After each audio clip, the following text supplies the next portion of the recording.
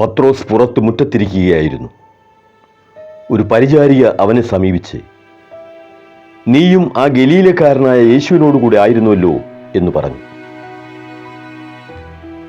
നീ പറയുന്നത് എന്താണെന്ന് ഞാൻ അറിയുന്നില്ല എന്ന് അവരുടെ എല്ലാം മുൻപാകെ അവൻ നിഷേധിച്ചു പറഞ്ഞു. അവൻ കവാടത്തിങ്കിലേക്ക് പോയപ്പോൾ മറ്റൊരു പരിചാരിക അവനെ കണ്ടു. അവൾ അടുത്ത് നിന്നവരോട് പറഞ്ഞു, ഈ മനുഷ്യനും നസ്രായനായ യേശുവിൻ്റെ കൂടെയായിരുന്നു.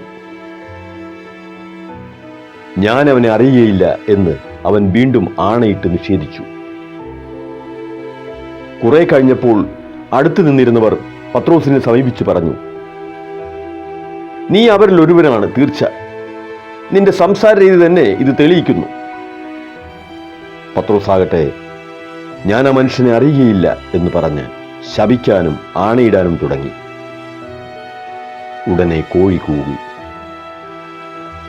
കോഴി കൂകുന്നതിന് മുമ്പ് 3 പ്രാവശ്യം നീ എന്നെ നിഷേധിക്കും എന്ന് യേശു പറഞ്ഞ വാക്കുകൾ അപ്പോൾ പത്രോസ് ഓർമ്മിച്ചു. അവൻ പുറത്തുപോയി ഹൃദയം നൊന്തു കരഞ്ഞു. അവനെ ഒറ്റിക്കൊടുത്ത യൂദാസ് അവൻ ശിക്ഷയ്ക്ക് വിധിക്കപ്പെട്ടു എന്നറിഞ്ഞപ്പോൾ പശ്ചാത്തപിച്ച് ആ 30 വെള്ളി നാണയങ്ങൾ പ്രധാന പുരോഹിതന്മാരെയും പ്രമാണിമാരെയും ഏൽപ്പിച്ചുകൊണ്ട് പറഞ്ഞു,